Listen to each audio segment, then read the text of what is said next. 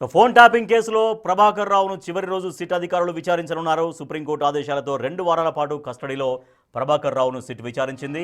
అదేవిధంగా నెల 26న ప్రభాకర్ రావును విడిచిపెట్టాలని సుప్రీంకోర్టు ఆదేశాలు ఉండడంతో ఇవాళ్టితో కస్టడీ ముగుస్తోంది. అయితే మొదట సిట్ విచారణకు ప్రభాకర్ రావు సహకరించలేదు. 2వ వారం విచారణలో మాత్రం సిట్ అధికారులు కీలక సమాచారం రాబట్టారు. ఆధారాలను ప్రభాకర్ రావు ముందుపెట్టి విచారించడంతో కొన్నింటికి సమాధానాలు చెప్పినట్లు సమాచారం.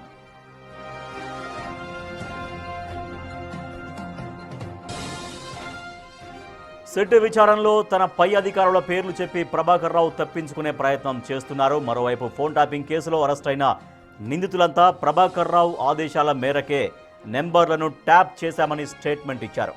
ఈ ఆధారాల్ని ముందుపెట్టి విచారించడంతో కొన్నింటికి మాత్రం సమాధానాలు చెప్పినట్టు తెలుస్తోంది. ఇటు ట్యాపింగ్ చేసిన సమాచారాన్ని తన పై అధికారులకు ప్రభాకర్ రావు ఏ విధంగా చేరవేశాడు అనే దానిపైన సిట్ అధికారులు దర్యాప్తు జరుపుతున్నారు.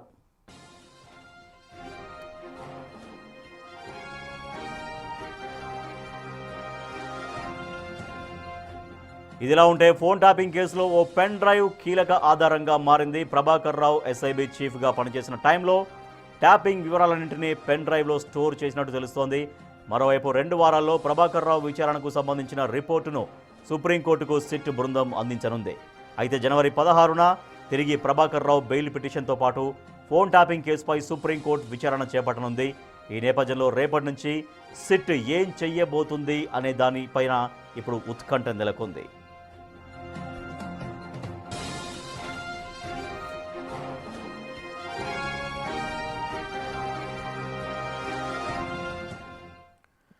ఇక ఫోన్ ట్యాపింగ్ కేసులో మాజీ ఐపీఎస్ ప్రభాకర్ రావును సిట్ అధికారులు విచారించారు. నిన్న సుప్రీంకోర్టు ఆదేశాలతో 2 వారాల పాటు కస్టడీలో ప్రభాకర్ రావును సిట్ విచారించింది. అదేవిధంగా ఈ నెల 26న ప్రభాకర్ రావును విడిచిపెట్టాలని సుప్రీంకోర్టు ఆదేశాలు ఉండడంతో ఇవాళతో కస్టడీ ముగుస్తోంది. మా ప్రతినిధి సురేష్ మరింత సమాచారం ఇస్తారు.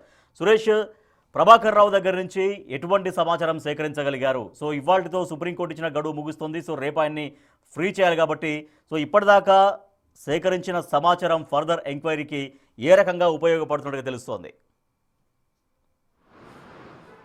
అంటే మొదటి వారము ప్రభాకర్ రావు విచారణకు సహకరించకుండా 2వ వారంలో ప్రత్యేక సిట్ని ఏర్పాటు చేసి విచారణ ప్రారంభించారు. అందులో 9 మంది అధికారులని చేర్చి గతంలో డీసీపీగా వెస్ట్ జోన్ డీసీపీగా విజయ్ కుమార్ పనిచేశాడు. ఆయన కేసు నమోదైనప్పటి నుంచి గత 2 నెలల వరకు కూడా ఆయన మొత్తం ఈ ఫోన్ ట్యాపింగ్కి సంబంధించిన వ్యవహారంలో ప్రతి ఇన్వెస్టిగేషన్కి సంబంధించిన విషయాలన్నీ తెలుసు కాబట్టి ఆయనను కూడా మెన్షన్ చేసి సిట్ ఏర్పాటు చేయడం జరిగింది.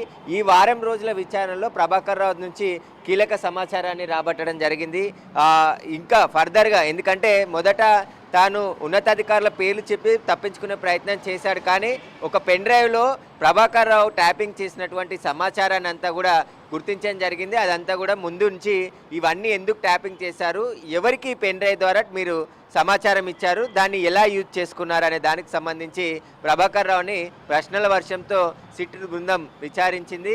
దానికి ఆయన తప్పించుకునే ప్రయత్నం చేసినప్పటికీ కూడా కరెక్ట్ ఆధారాలన్నీ ముందుంచి ఇవన్నీ కూడా మీ హయాంలోనే అయ్యాయి, మీ పేరు చెప్పి మీ బృందం అంతా కూడా ఫోన్ ట్యాపింగ్ పాల్పడింది అని చెప్పేసి కూడా ఆయన ముందు ఆధారాల నుంచి విచారణ చేశారు.